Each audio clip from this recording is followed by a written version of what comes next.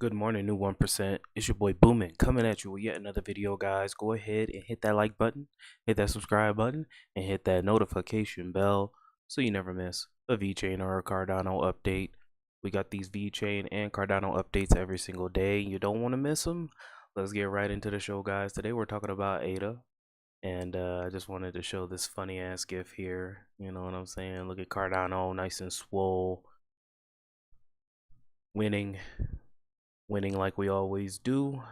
Taking a look at the price here today. Cardano was at $1 there for a couple of days. Definitely good to see.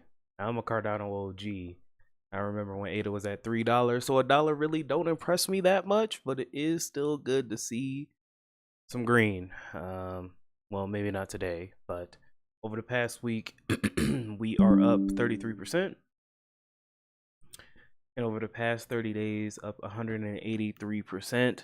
Definitely was good to see it rise.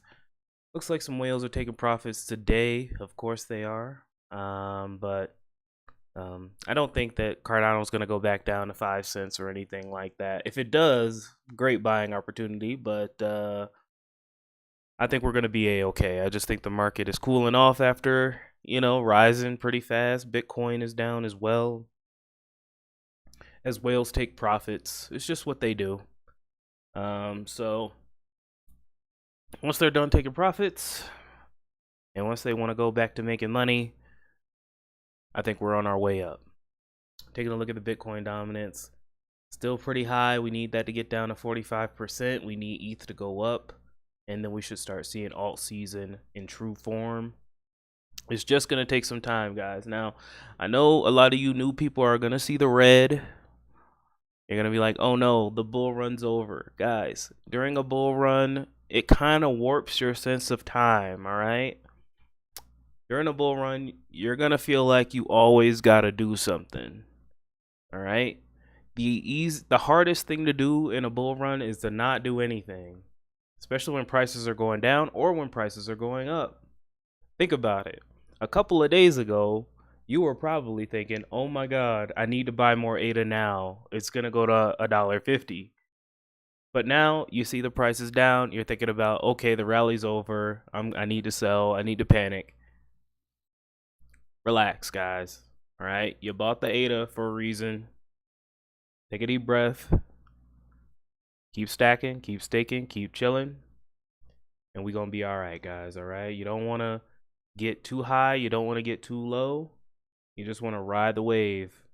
All right, guys. So hopefully Cardano and the whole market can start back green and we can keep this thing going. Moving on. Shout out to the Cardano Foundation. Cardano surpasses 100 million transactions. That's crazy. Consistent growth, real utility, proven value. I wholeheartedly agree. Shout out to the Cardano Foundation actually making an appearance here. Haven't heard too much from them, but it's definitely good to see them pop up from time to time. Oh, they got some Cardano merch here. Let's actually take a look. Why not? Let's see what they got at the Cardano Foundation merch store.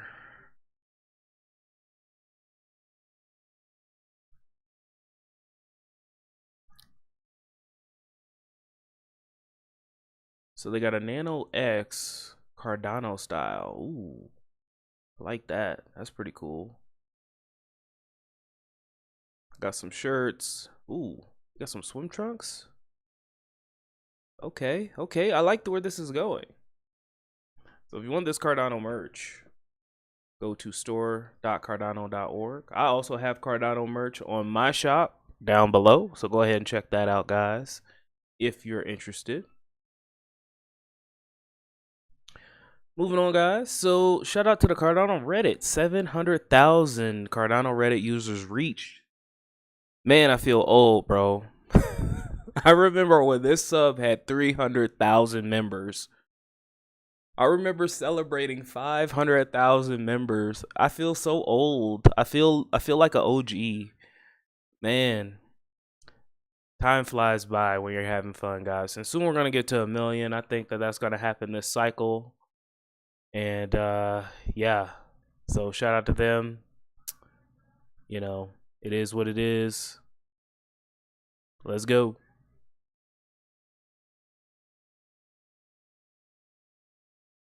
All right, guys. So newbies, be on the lookout. Just FYI, I came across a random YouTube channel claiming Charles was heading up a free ADA giveaway, and was actually a fake AI video of him going about sending ADA and getting 2 for 1. Obviously, guys, don't get scammed. I mean, it should be pretty easy to notice a scam. If somebody says, hey, I'm going to send you, if you send me 500 ADA, I'll give you 1,000 back. Obviously, guys, that's not real, right? Like, you wouldn't do that in real life. Like, if somebody you don't know, like some random dude on the street came up to you and was like, hey, give me $100, I'll give you 200 back. Would you do it? Probably not. So don't do it with your crypto. You need to treat your crypto like it's money, because that's what it is. All right, guys, I don't know how people get scammed like this, but it happens every day. If you don't believe me, read the Coinbase forums. All right, guys. And finally, we have IOHK here. We got Christian here, Director of Research Strategy and Planning at IO. Cares not only about research centered around improving the Cardano ecosystem, but also advancing the blockchain industry as a whole. He believes tokenomics is one of the most notable aspects in blockchain. Let's take a listen. Hello. Nice to see you again. I'm Christian Banertscher. I'm a cryptography and blockchain researcher and lecturer, and I'm the Director of Research Strategy and Planning at Input Output.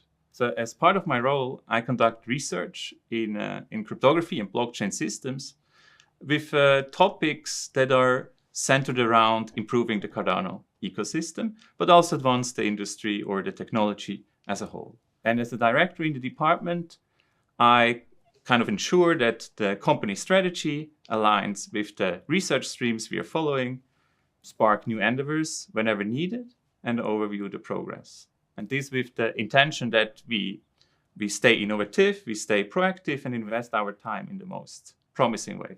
These days, blockchain system is actually a term for a highly decentralized, tamper-proof, and highly resilient infrastructure, computing infrastructure. And as such, I think I'm very grateful to contribute kind of to the development of this technology, both from inception of ideas to writing papers to seeing the code and eventually in production. And as such, I think the blockchain space can offer a lot of very nice topics and problems to tackle, not only to cryptography researchers, but also to game theory researchers or programming language researchers. So I think it's a great topic where a lot of researchers meet and profit from one another. The things I'm working on can be roughly categorized into 3 buckets. So one, first and foremost, is my research on the consensus layer of, behind Cardano. So both improving the robustness and resilience of the system, but also more recently improving settlement times that we have talked about also recently. And the second bucket is my research on privacy preserving technologies that involves enhanced signature schemes, so signature schemes with enhanced functionalities, but also the development of SNARKs, so succinct non-interactive arguments with very little setup, which is also quite relevant for practice. And the third, more theoretical part, which kind of accompanies me for quite some time now, is the development of mathematical models for provable security. In particular, working on a framework that's called universal composability, which is a strong way to prove security and which is kind of a theory on its own. The question what future directions are relevant is, of course, kind of tricky to answer. So what I personally feel, which is also relates to my personal interests, is maybe to just name a few areas. I would say first, it's about scalability of consensus protocols or of the ledger protocols. So both on layer 1 and layer 2. So layer 1, of course, increasing settlement speeds and throughput. On layer 2, it's the development of what I said before, of these SNARKs and rollups. And I think the second area where I think a lot of future research will happen and will have an impact is the tokenomics research. So basically incentivizing a system, deriving a mechanism design to have a stable system and to have a system where the participation is incentivized, for example, which is very relevant in governance. And I think as a third bucket, I would mention the tooling, so the ease of use to the end users. That's very relevant, as well as designing domain-specific languages and extending the functionality of the platform as such. So, for example, adding some identity layer and so on and so forth.